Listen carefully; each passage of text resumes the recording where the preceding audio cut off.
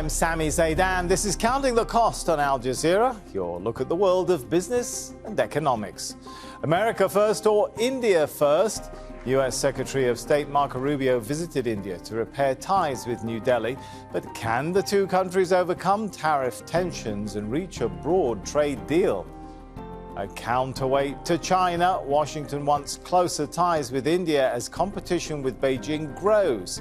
But can the US build trust when its trade policy keeps changing?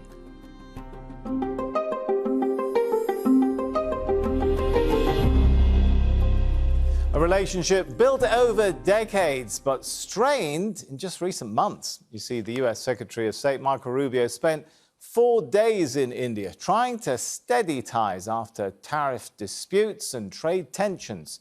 Both sides say they're moving towards a broader trade deal after agreeing earlier this year to an interim one covering energy, technology and defense.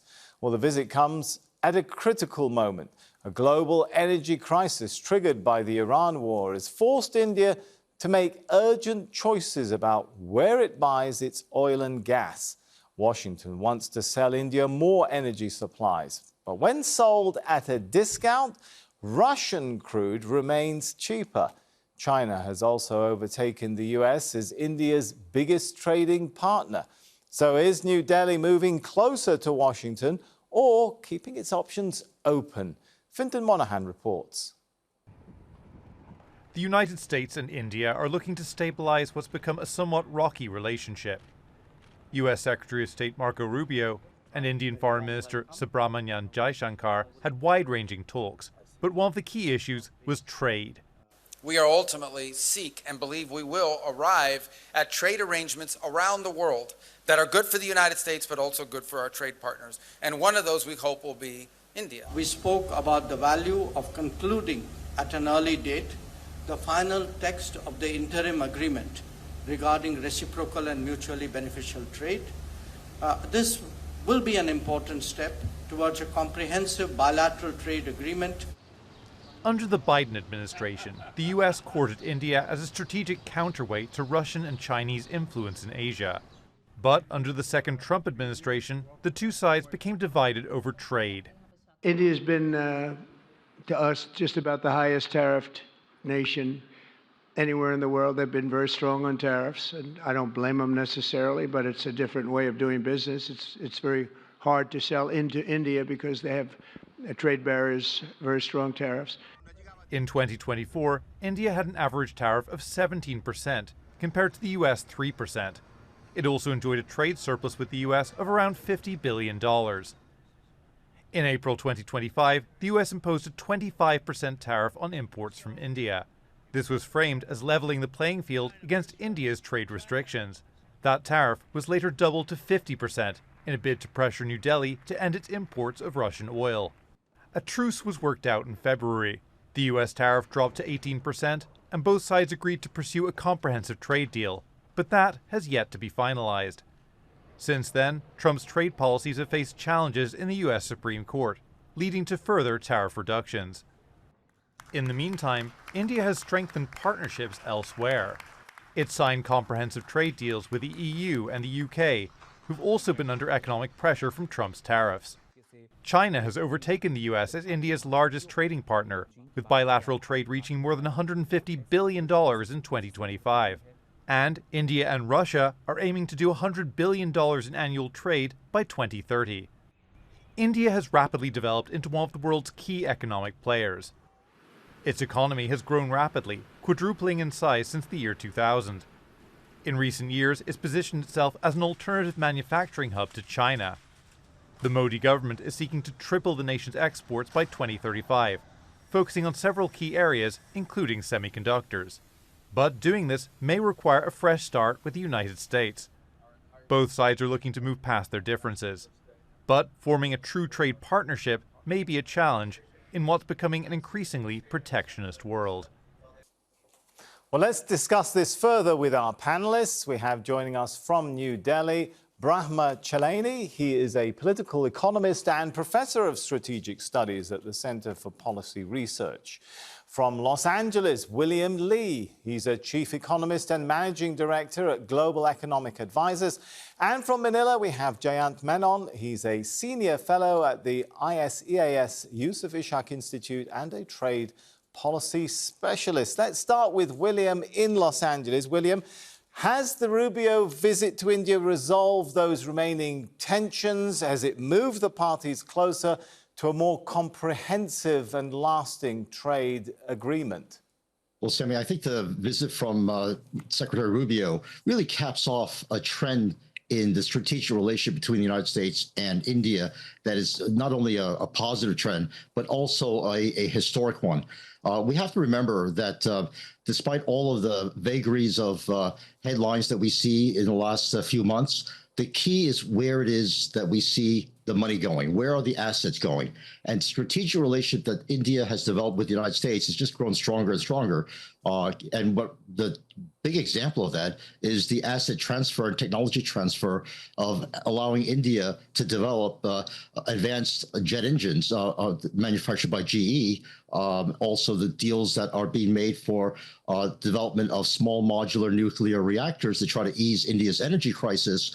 I think these are the capstones for where the assets are moving.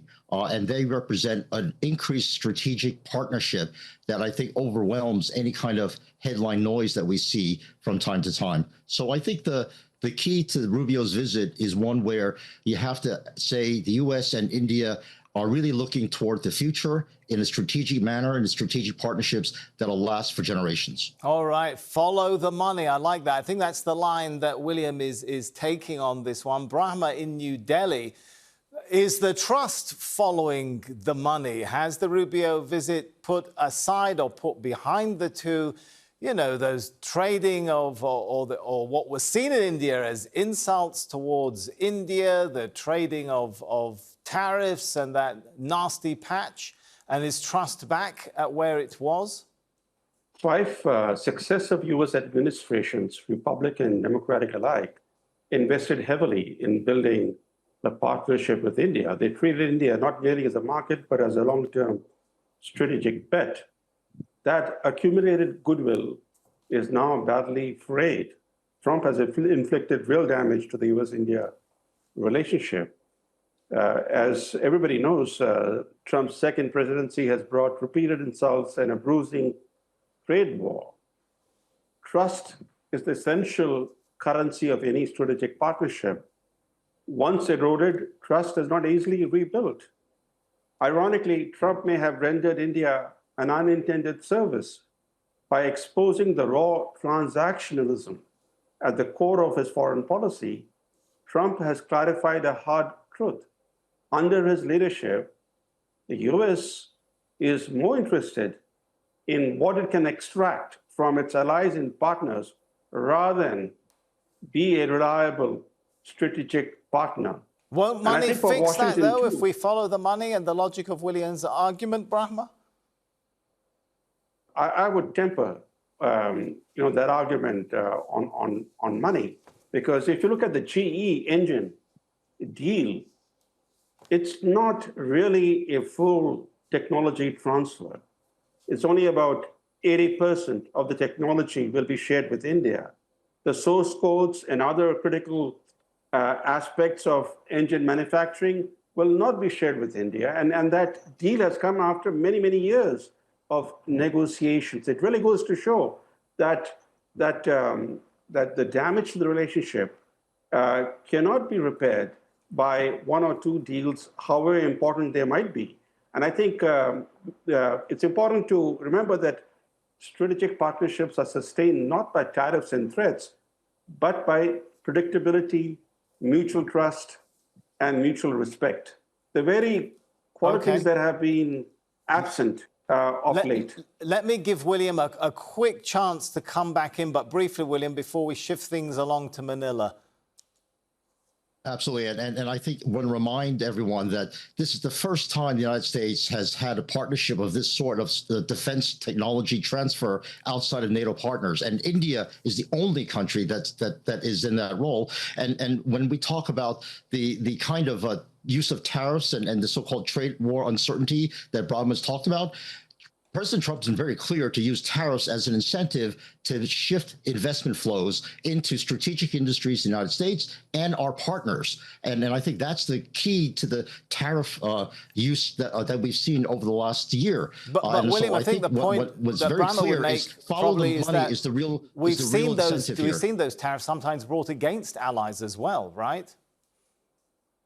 Because of investment incentives, because the key was our allies were not coming forth with the kind of investment agreements that they had initially agreed to. And so Trump raised the tariffs to say, where's the money? Where's the investment that's supposed to come in here? So it's really enforcing agreements that really is that accounts for a lot of that variability. Jayant, looking at the discussions and the statements, you've got to wonder, do India and the US have the same economic priorities? They may have mutual interests. Do they have the same level of economic priorities at this point? How do you read it? I think India and the US have a lot to gain from increasing commercial relations, trade and investment. At the moment, India has the massive surplus of the US, and the US is responding to that in trying to balance trade. But I think what we have to keep in mind is that, trying to balance bilateral trade flows using tariffs has never worked and will not work in this case as well. India has now agreed to buy a few more goods, $500 billion worth of goods actually from the US, but these are goods that it was already buying and it needs, and it shouldn't be taxing these goods anyway. The question now is, where do we go from here? India wants, I think, certainty on US trade policy, which has been all over the place so far. It wasn't that long ago that they were facing about 50% tariffs before the US Supreme Court struck it down. Right. But now we've got concerns about 301 tariffs coming in, recreating the situation. So I think, yes, there are gains to be made by stabilizing the relationship, but a lot is still unclear about how we go forward from here. So whatever the lack of clarity there was when it comes to some of the bilateral issues, it does seem that Rubio's visit concluded with a critical minerals framework, maritime surveillance cooperation for what's known as the Quad Group and the group's first joint infrastructure project, all part of a push to counter China's influence, what's been called the Indo-Pacific. So why is the region so important to the US? Well, the Indo-Pacific is increasingly used to describe a geopolitical view of Asia shared by the US and its allies. Put simply, it's a relabeling of Asia-Pacific to include India. The term links the countries touching the Indian and Pacific Oceans into a single strategic and economic region. It's home to more than half the world's population, accounts for 60% of global GDP. US presidents, including Donald Trump in his first term, tried to pull India closer as a counterweight to rising Chinese influence in the region. But those ties were strained when Trump imposed some of the highest US tariffs on Indian goods. Washington strengthened cooperation with India, Japan and Australia through the Quad partnership. The group has become a key platform for cooperation on maritime security and supply chains. The rivalry between Washington and Beijing is reshaping the Indo-Pacific economy, rewriting trade flows, supply chains, infrastructure and energy security. Well, let me bring Brahma back into the discussion on this one. So, Brahma, I mean, looking at all of this, is India and the US, they may have signed on Tuesday that bilateral framework also to secure the supply and processing of critical minerals, rare earth. But realistically, how far can India go to replace China? Is that a realistic ambition or goal? India, for a number of years, has been trying to build closer partnerships with Western countries. So there's a unspoken pro-West tilt in Indian foreign policy. So this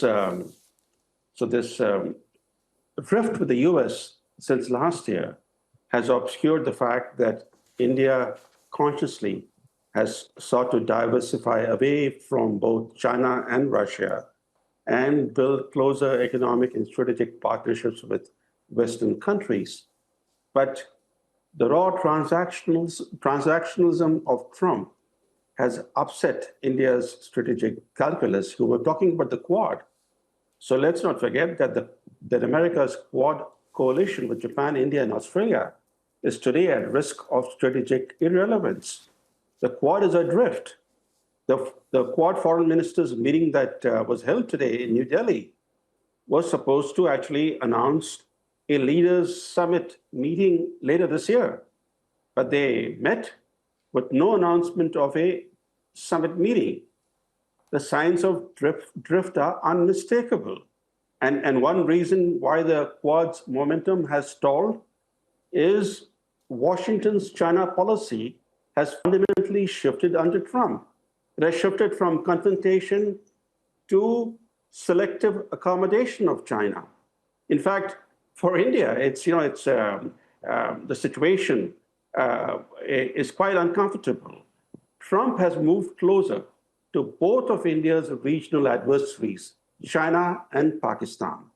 And this is where the rift becomes apparent. The US and India talk about being global partners, but in India's own immediate neighborhood, the US and India are not on the same page. They're working in ways that actually are antithetical to each other's interests. The US in particular is working in India's immediate neighborhood, in India's own strategic backyard, in ways that actually are unfriendly to India's strategic interests. Okay, so I can see William. Sorry, Brian, I can see William is shaking his head. I'm guessing in disagreement. So let me give you a chance to come in on that point. That is there really an inconsistent policy from the US that undermines the goal, perhaps, or the US goal of developing India as an alternative supply chain for the US? Not at all. I think what you have to distinguish would be between strategic partnership agreement and moves there and tactical changes because of the landscape. And I think what you've just heard is an example of why economics is called dismal science. So, Brian is taking a very negative view of what I think are actually very positive developments. This is the first time that we've had the Quad meeting the meeting of foreign ministers in India. And it shows India's geopolitical strategic position. That's something that doesn't move. India is firmly ensconced in the South Pacific and the Indian Ocean, where its strategic position alone makes it a very special partner that the U.S. wants to develop along with the other members of the Quad. And as far as the mineral deals are concerned, I think you have to remember, why does China have such a chokehold on the world? Because of its monopoly position in key choke points like refining of strategic minerals. It's not so much that they have a lot of strategic minerals, but they have the refining capacity more than anybody else. And even if you hold strategic minerals, you got to go to China to process it. And what we're trying to develop with India is that the capacity to have its own strategic choke points, to be able to have India in a position to offset the kind of chokehold that China has had on the world. So I think the key to the development of the U.S.-India partnership is one of looking at strategic moves. It's almost like comparing weather and climate, right? Ignore the weather reports, ignore the communiques. What you really have to do is look at where the climate report is changing and where the climate is changing. And for the U.S. and India, the climate is nothing but improving because of the key strategic needs of both countries. Okay, the climate improving. A question mark, though, when it comes to energy security, about how much improvement is going on. That was at the top of the agenda during Rubio's visit. The US-Israel war in Iran, of course, led to a major disruption at the Strait of Hormuz, one of the world's vital shipping lanes. This has had a major effect on India. 20% of the world's oil and gas usually shipped through the strait. India was one of its main destinations. It's forced Indian state-run fuel retailers to increase petrol prices 4 times in the past 3 months. India has turned to Russia to make up the shortfall. And the US granted a waiver on sanctions that was recently extended. But the Trump administration has been pressuring India to import more oil and gas from the US and Venezuela. Now, analysts are predicting Indian purchases of American liquefied petroleum gas and natural gas will hit record levels in May. The disruption at the Strait of Hormuz has impacted the livelihoods of many Indians, though. We're facing a lot of problems. I had to shut my business for 2 weeks because of this. I was struggling to find cooking gas. Now we're using charcoal. If that also becomes difficult to procure, I will have to shut down my business again. Even if this Hormuz opens tomorrow, I mean, freight rates will still remain high. The supply chain, there's a lot of congestion that was built up. There's a lot of infrastructure damage that has happened to a lot of ports. So it will take at least 4 to 6 months for things to get back to normal.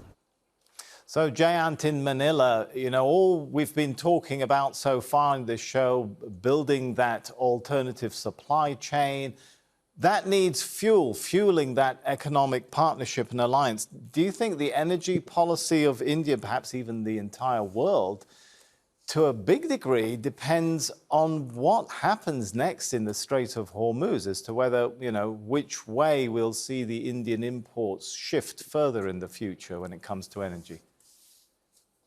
Yes, I think, of course, it's going to have a major impact. And as one of your interviewees said, the effects of this will linger for quite a long time. And so, diversification of sources will be, again, the catch cry. But, India is going to be affected. But this region of Southeast Asia, where I am, is affected even more. And, Philippines is really suffering. We have found out how important oil is to not just gasoline and fuel, but to almost every other aspect of every sector, agriculture and industry, manufacturing. And it's not just, oil and LNG, but phosphate, helium, everything's being affected. So there's a lot of disruption. Right. And I think again, we need to think about diversifying sources. And this is a push for the green transition. I mean, self-reliance would be the best way to go forward to reduce risk to external shocks. William, right now, American energy may be looking more competitive, right, as oil prices are high. But if the Straits of Hormuz crisis is resolved, if we start to see oil prices coming down again, Russian crude is going to be looking more competitive, is it not? Will that not become an issue between India and the US as the US continues to try and pressure India to buy US energy if, it can get a discounted deal elsewhere? The key to what's happened is that Iran has taught the world that we need reliable supply chains for energy. And the U.S. represents India's strongest card, not only in our supply of lower priced natural gas, but also in our deals that we've just made with India about small modular nuclear reactors. And to go with Jayant's claim to wanting to have more independence, how more independent can you be than to have your own small nuclear reactors? And those are the trade deals, the strategic deals that are being talked about right now with Rubio's visit that are being closed right now. So I think the U.S. Technology transfer, not only in defense, but also in energy and in semiconductors, by the way, to make India a major production point for semiconductors, places India in that global strategic position of offsetting the chokehold that China's had on the world, but also provides India with a platform of becoming the third largest economy in the world by 2030, which most estimates are now showing. So I think the U.S. is India's strongest card. And I think the Rubio visit has done nothing but to emphasize that. OK, that's a good point. Let me take it to Abrama. We can make that argument on the one hand, say, look, the Indian economy is going to get help with nuclear facilities and production. It's going to be getting investments in semiconductors. Will that offset the issue of what could potentially down the road be higher petroleum prices if it has to move away from Russian production or Russian oil, the cost to the Indian manufacturing and agricultural sectors if tariffs are to come, down and linger at around zero levels? Would that be the offset that would be acceptable to India? Well, first, India is a global leader in commercial nuclear power. The cost of commercial nuclear power in India is the lowest in the world. And this is from Indian-built reactors.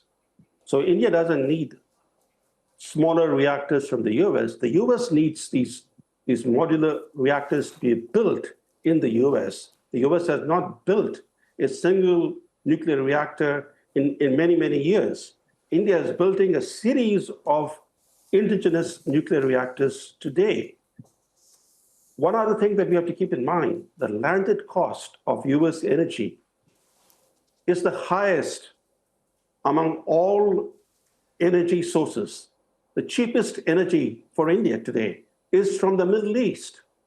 And the irony is this, that under US pressure, under Trump's pressure, India drastically reduced its imports of Russian energy and began importing more energy from the US and from the Middle East. Then Trump launched his reckless war on Iran. And that is the root cause of the present energy shock. This is the worst energy shock in modern times for the world. And this has been caused by a war that is deeply unpopular at home in the US and has been a war of choice, not a war of necessity.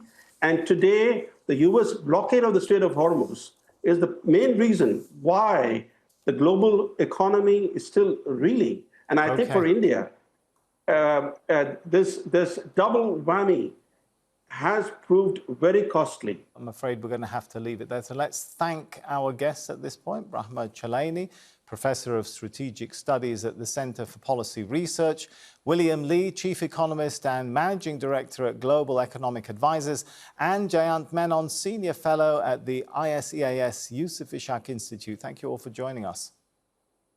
And that's it for our show. Get in touch with us on X and do use the hashtag AJCTC when you do. Or drop us an email. countingthecost@aljazeera.net is our address. There's more for you online at aljazeera.com/CTC. That'll take you straight to our page, which has individual reports, links, and entire episodes for you to catch up on. That's it for this edition of Counting the Cost. I'm Sami Zaidan from the whole team here. Thanks for joining us. News on Al Jazeera is next.